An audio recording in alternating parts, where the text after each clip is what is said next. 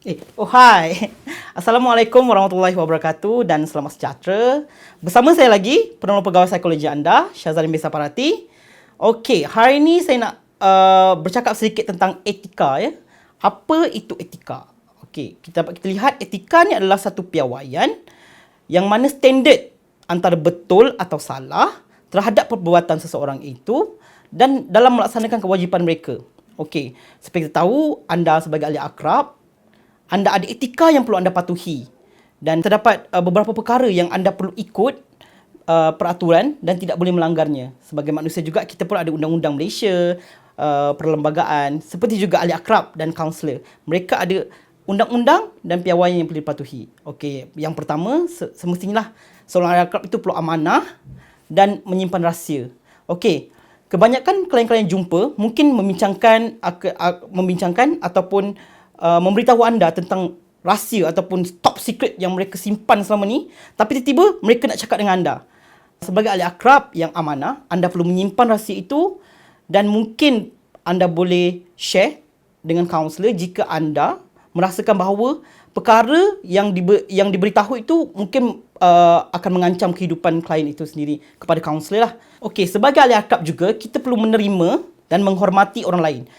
Sebagai contoh, anda seorang ahli akrab ingin membuat sesi bimbingan. Anda tidak boleh pilih bulu lah yang pertama. Pilih bulu ni perlu dielakkan kerana kita tak boleh mencampur adukkan urusan peribadi dan urusan menolong. Seterusnya, anda perlu memahami batasan dan keupayaan diri anda. Okey, sekiranya seseorang klien datang berjumpa anda dan mereka mengalami sakit mental yang severe ataupun kita panggil macam penyakit depression, anxiety, itu adalah penyakit mental yang severe. Dan itu bukan 40 ataupun anda punya keupayaan diri untuk memberikan sesi kaunseling ataupun sesi membantu kepada mereka. Anda perlu rujuk klien itu kepada orang yang lebih pakar seperti kaunselor, ahli psikologi dan ahli psikiatris kalau mereka mengalami penyakit-penyakit ini.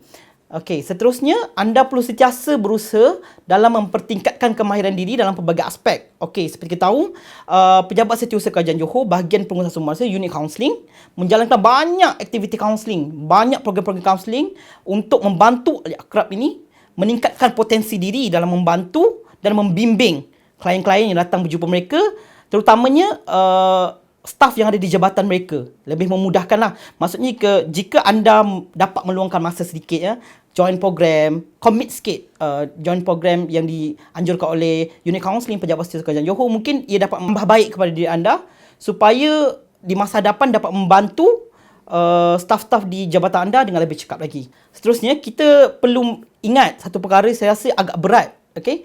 Jika kita dapat kes yang agak berat seperti yang saya cakap tadi, seperti mental disorder ataupun kecaluran mental, gangguan mental, penyakit seperti depression, anxiety, bipolar disorder, kita tak tahu macam mana. Kita ni bukannya orang yang ahli akrab, bukannya orang yang pakar ataupun orang yang diberi pendidikan yang khusus untuk merawat penyakit-penyakit ini. Jadi kita perlu melaporkan kepada kaunselor yang terdekat seperti kaunselor di unit kaunseling Pejabat Setiausaha Kerajaan Johor tentang kes-kes yang kita temui, seperti kes yang dapat merosakkan diri, seperti start mencederakan diri. Kita dapat lihat dia dapat memberikan efek kepada orang lain di sekeliling mereka, dan kita perlu start berjumpa kaunselor dan membuat rujukan.